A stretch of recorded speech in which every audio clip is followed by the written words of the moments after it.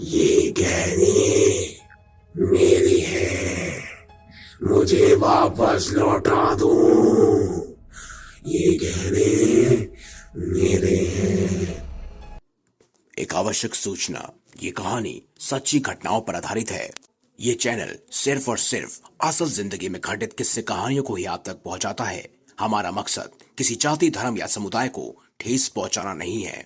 तो कमर की पेटी बांध लीजिए, चलिए चलते हैं भूतों की नगरी और देखते हैं हिट यानी पैसों का लोभ हर किसी को होता है, पर अत्यधिक लोभ आपको मौत के दरवाजे तक ले जा सकता है, जिसकी कल्पना आपने कभी नहीं की होगी।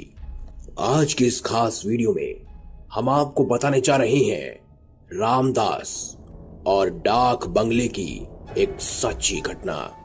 रामदास पेशे से एक छोटा मोटा वकील था और हाल फिलहाल में ही उसने एक बंगला लिया जिससे वह अच्छी तरह से वाकिफ नहीं था।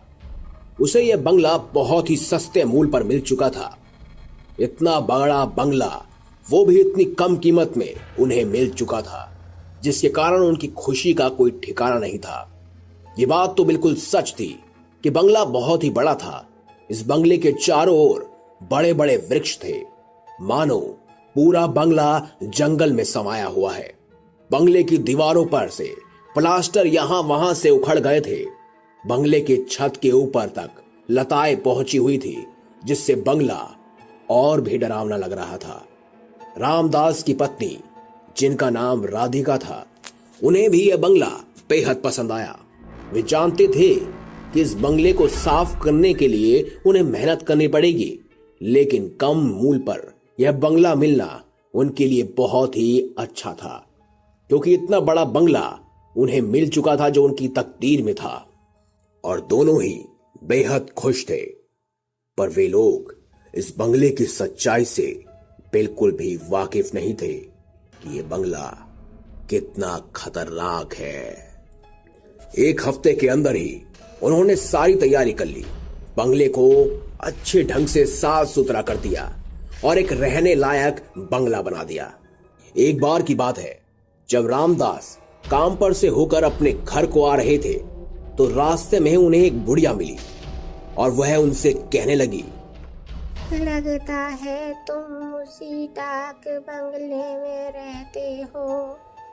जितनी जल्दी हो सके चले जाना, नहीं तो कभी नहीं जा पाओगे। बुढ़िया की ऐसी आवाज सुनकर उसको उनकी बातों पर यकीन नहीं हुआ। उन्हें लगा शायद ये कोई पागल है जो बहकी बहकी बातें कर रही है। उस दिन जब वह अपने घर को लौटा तो रात को बिस्तर पर उन्हें नींद नहीं आ रही थी। वे इधर उधर करवटें बदल रहे थे। जब उन्हें नींद बिल्कुल भी नहीं आ रही थी तब वह बिस्तर से उठकर छत पर चले गए। रात काफी हो चुकी थी और चारों ओर अंधकार छाया हुआ था, लेकिन रामदास को बिल्कुल भी नींद नहीं आ रही थी। इसी कारणवश वे छत पर खुली हवा में चले गए। थोड़ी ही देर बाद अचानक उन्हें ऐसा एहसास हुआ कि कोई काली सी परछाई सीढ़ियों से नीचे उतर रही हो। रामदास घबरा गया और वह अपनी आंखों को मलने लगे। वह भागते हुए सीढ़ियों के पास गए और बोले, कौन है? कौन है यहाँ? कोई है? लेकिन जैसे ही वह सीढ़ियों के पास पहुंचे तो उन्हें कोई दिखाई नहीं दिया। उन्हें लगा शायद ये उनकी थकान की वजह से हो रहा है और उन्हें अब जाकर सोना चाहिए। वे सोने के लिए नीचे अपने कमरे में चले गए। नींद तो उन्हें आ गई थी, पर तभी फिर से उनकी आंखें अचानक खुल गईं। वे उठ गए। रात काफी हो चुकी थी, चारों ओर अंधकार ही अंधकार था। खिड़की की तरफ चल रहा दीपक थोड़ी सी रोशनी दे रहा था, लेकिन फिर भी अंधकार मौजूद था। अचानक उन्हें अपनी छत पर किसी की चलने की आहट आई और वह फिर आवाज अचानक से बदल गई, जैसे कोई उनकी छत पर हथौड़ी मार रहा हो। इतनी देर में रामदास अपने बिस्तर से खड़ा हुआ। अरे ये कौन है मेरी छत पे हथौड़ी मार रहा है? वह भागे भागे ऊपर की ओर चले गए और छत पर जैसे ही पहुंचे ऊपर कोई नहीं था। तभी रामदास ने अपनी टॉर्च जलाई और इधर उधर देखने लगे। तभी रामदास को अपनी छत के कोने में एक बहुत ही पुराना बक्सा दिखाई दिया जिसके ऊपर ताला लगा हुआ था। अबे ये बक्सा किसका है? सुबह जब मैंने देखा तो यहां तो कोई बक्सा ही नहीं था। ये किसने रख दिया यहां पर? किसका हो सकता है ये? लेकिन उस बक्से की कोई चाबी ही नहीं थी, इसीलिए रामदास ने उस ताले को पत्थर की सहायता से तोड़ दिया। ताले की टूटने की आवाज सुनकर उनकी पत्नी राधिका भी जाग गई और ऊपर छत पर आ गई और रामदास से पूछने लगी, अरे रात हो चुकी है, आप इतनी ऊपर रात में क्या कर रहे हो? और ये बक्सा किसका है? अरे भाग्यवान, शांत हो जाओ, शांत हो जाओ। ये मुझे खुद नहीं पता ये बक्सा किसका, बता रहा हूं, रुको रुको। बक्सा खुलते ही दोनों की आंखें फटी की फटी रह गई। उस बक्से में ढेर सारे सोने चांदी के गहने और जेवरात थे। कुछ समय के लिए तो इनके होश उड़ गए। उन्हें अपनी आंखों पर यकीन नहीं हो रहा था कि उनके हाथ इतनी बड़ी चीज लगी है। उन्होंने फैसला किया कि वह लोग बिना किसी को बताए आज रात में ही यहां से चले जाएंगे। वे लोग रात को ही जंगल के रास्ते उस बंगले को छोड़कर निकल गए। वे जानते थे कि जो भी सामान उनका उस बंगले में है उससे ज्यादा सामान उस बक्से में मौजूद है। रात के अंधेरे और सन्नाटों में वो दोनों निकल गए और सुबह होने ही वाली थी। वे लोग उस बंगले से बहुत दूर निकल चुके थे। रामदास ने सोचा, अगर कोई मेरे हाथ में ये बक्सा देख लेगा तो शायद उन्हें शक हो जाएगा। एक काम करता हूं भाग्यवान, मैं इस बक्से को ना यही छिपा देता हूं।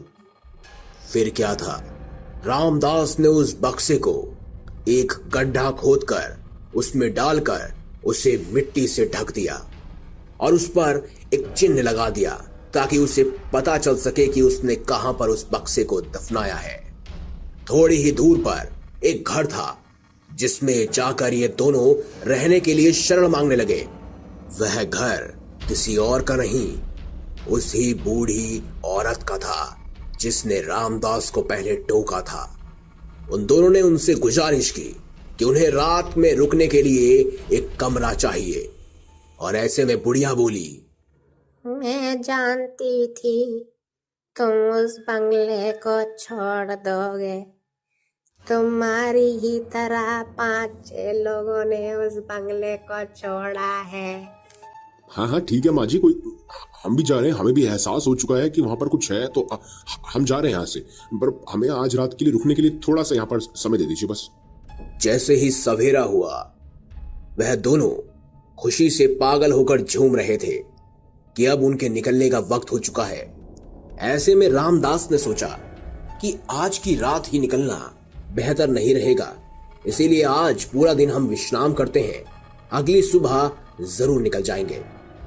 पूरा दिन वह कमरे के अंदर ही रहे और बाहर भी नहीं निकले। ना उन्होंने नाश्ता किया, ना लंच और ना ही डिनर। वह पूरी रात भूखे थे और वह बिस्तर में सोने के लिए गए, लेकिन इस बार राधिका को नींद नहीं आ रही थी। उस घर में 2-3 दीपक जल रहे थे जिसके कारण कमरे में थोड़ी सी रोशनी थी। रामदास भी राधिका के सिराने ही सोए हुआ था। अब धीरे धीरे राधिका की आंख खुल रही थी। फिर अचानक से राधिका को नींद आ गई। अचानक आधी रात को जब राधिका की आंखें खुली तो उसके होश उड़ गए। राधिका ने देखा कि उसके सामने एक लंबी सी औरत खड़ी है जो ढेर सारे गहने और जेवरात पहनी हुई है और उसका एक पैर भी कटा हुआ है और वो राधिका से कह रही है, ये गहने मेरे हैं, मुझे वापस लौटा दो। ये गहने मेरे हैं। यह सुनकर राधिका जोर से चिल्लाई। तभी रामदास की नींद खुली और उन्होंने राधिका से पूछा, क्या हुआ भाग्यवान, क्या हुआ? चिल्लाई क्यों तुम? क्या हुआ? राधिका सहमी सहमी रामदास से लिपट गई और बोली, मैंने अभी वो औरत देखी, वो मुझे डरा रही थी। अब रामदास को राधिका की बातों पर यकीन नहीं हुआ। उन्हें लगा कि उन्होंने कोई बुरा सपना देखा होगा, तभी वह डर गई।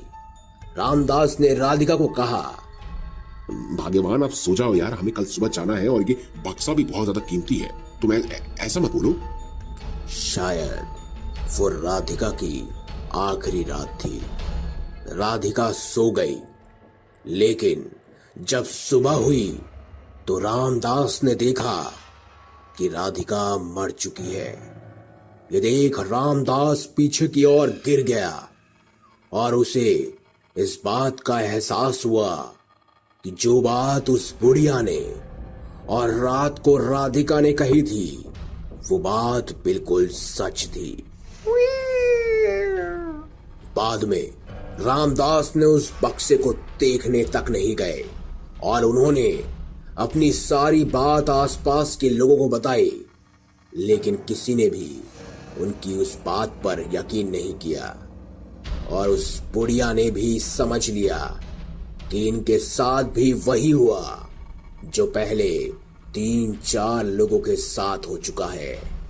वो बक्सा राधिका की मौत का कारण बन गया।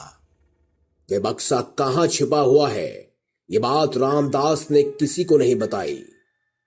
ये घटना 1947 के नालंदा जिले की है और अभी भी वो बंगला आधे से ज्यादा टूट गया है और अब और भी खतरनाक हो चुका है।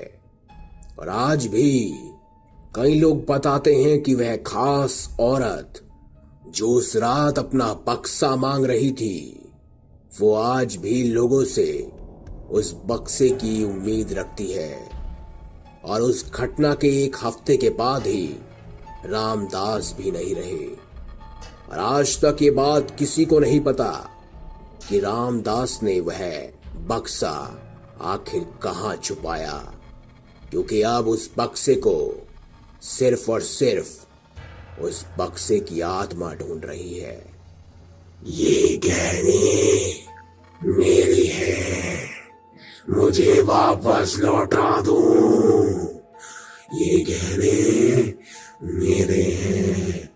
दोस्तों, ये घटना सुनने में आपको थोड़ी अजीब लग रही होगी। आप सोच रहे होंगे क्या यह संभव है, लेकिन केवल एक व्यक्ति के मुंह से सुनने पर यह झूठ लगती है। लेकिन अगर हजारों लोग या लाखों लोग इस बात की गवाही दे तो वो बात सच हो जाती है।